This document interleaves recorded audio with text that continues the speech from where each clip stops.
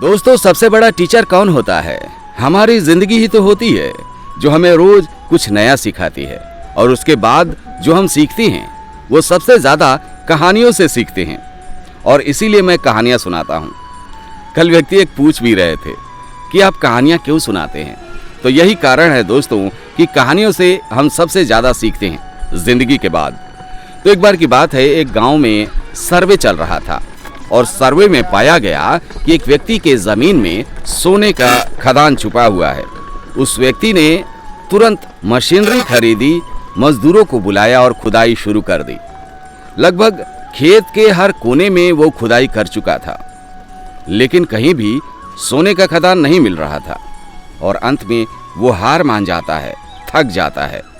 वो एक ऐसे व्यक्ति को खोजता है जो उसके सोने को खदान को खरीद सकता था। उस व्यक्ति ने पूछा कि आप ये सोने का खदान क्यों बेच रहे हैं? उस व्यक्ति ने, खेत के मालिक ने कहा कि इसमें सोना तो मिल ही नहीं रहा है, आप इसे खरीद लीजिए।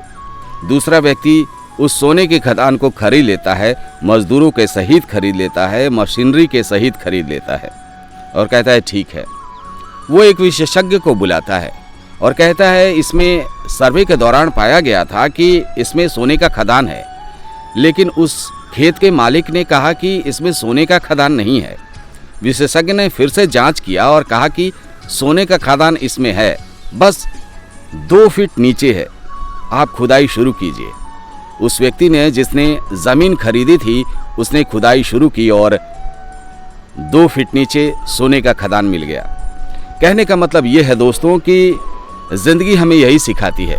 कभी कभी हम किसी काम की शुरुआत करते हैं और मंजिल के बिल्कुल करीब होते हैं, लेकिन हम थक जाते हैं, हम हार जाते हैं, हार मान लेते हैं।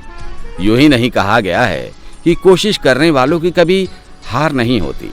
ये कहानी हमें सिखाती है कि आप जिस भी काम को कर रहे हैं उसमें लगे रहिए, लगातार कोशिश करते रहिए। समय आएगा जब मंजिल आपको मिल जाएगी, लेकिन मंजिल आने से पहले आपको थकावट महसूस होगी, लेकिन आपको काम करते रहना है। तो सीखते रहिए, मुस्कुराते रहिए और जीवन में आगे बढ़ते रहिए। जय हिंद, जय महादेव।